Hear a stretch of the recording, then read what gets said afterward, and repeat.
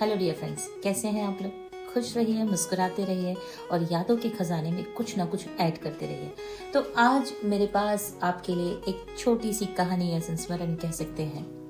तो चलिए शुरू करते हैं। पापा, दूरदर्शन और मैं। यादें बहुत कम वक्त होती है ना समय दिखती है ना परिस्थिति, बस घेर लेती हैं आपको। मेरे यादों के पिटारे में अगर सबसे ज्यादा किसी शख्स का नाम आता है तो वो है मेरे पापा। और मेरे यादों की फाइल में इतने फोल्डर हैं, जैसे पापा और दूरदर्शन, पापा और मनी ऑर्डर, पापा और पिकनिक और ना जाने क्या क्या। तो आज एक फोल्डर खोला है मैंने, पापा, दूरदर्शन और मैं। आज जबकि टीवी पर चैनलों की भरमार है, प्रोग्राम्स की बाढ़ है और ओटीटी प्लेटफॉर्म तो है ही, पर तब भी पता नहीं क्यों मुझे वो आनंद, वो मजा नहीं आता जो दूरदर्शन के चैनलों में था, उन दिनों में था।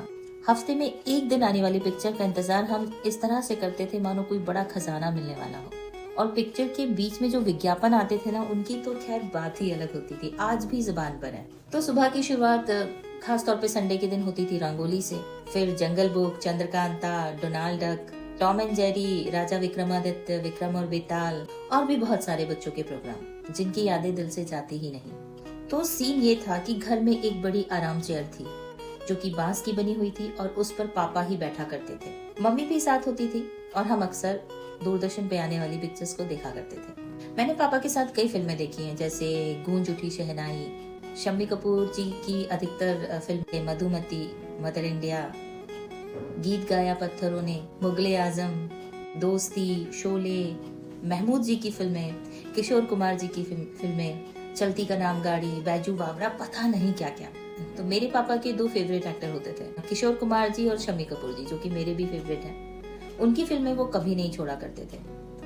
और मैं तो थी ही शुरू से पापा की चेली, जहाँ पापा वहाँ मैं। हम बहुत मजे से मूवी देखा करते थे। पापा अपने समय के बहुत सारे किस्से सुनाया करते थे। मधुबाला जी, मीना कुमारी, पद्मिनी, नूतन, वैजंती माला वो खूबसूरती जो आंखों में बसी है ना, अब उसको कोई रिप्लेस ही नहीं कर पाता।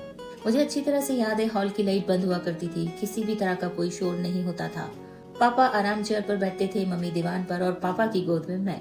देर रात तक फिल्में, आर्ट फिल्में हम देखा करते थे। मुझे फिल्में देखने से ज्यादा पापा का साथ पसंद था और हर सीन पर आने वाली पापा की रिएक्शन का मुझे बड़ा इंतजार होता था। समय बीत जाता है लेकिन यादें आपको जोड़े रखती हैं उस समय के साथ, उस व्यक्ति के साथ। पापा घर में ही सिनेमा हॉल का मजा दिया करते थे। भुनी हुई मूंगफली कागज में रोल करके दिया करते थे, भुट्टे भुना करते थे, गर्मा गर्म चाय बना कर लाते थे।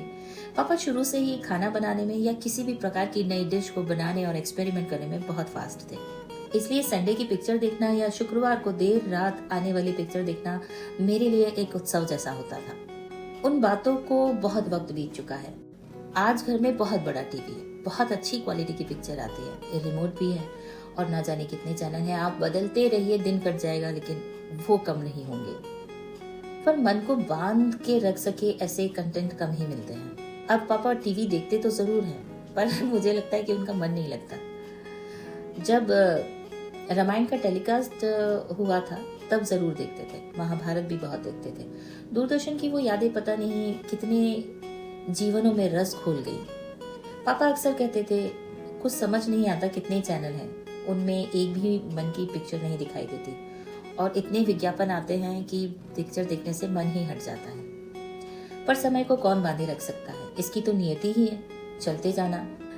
सो यादों के पिटारे में यादों को संजो कर रखें। जब मन चाहे निकालिए, धूप दिखाइए, सुखाइए, फैलाइए, उनके साथ एक कप चाय पीजिए और वापस रख दीजिए। यादें ही तो अनमोल निधि है जीवन की। मैं बहुत मिस करती हूँ उन दिनों को और अगर आप इस कहानी से रिलेट करते हैं तो आप भी जरूर मिस करेंगे। Thank you.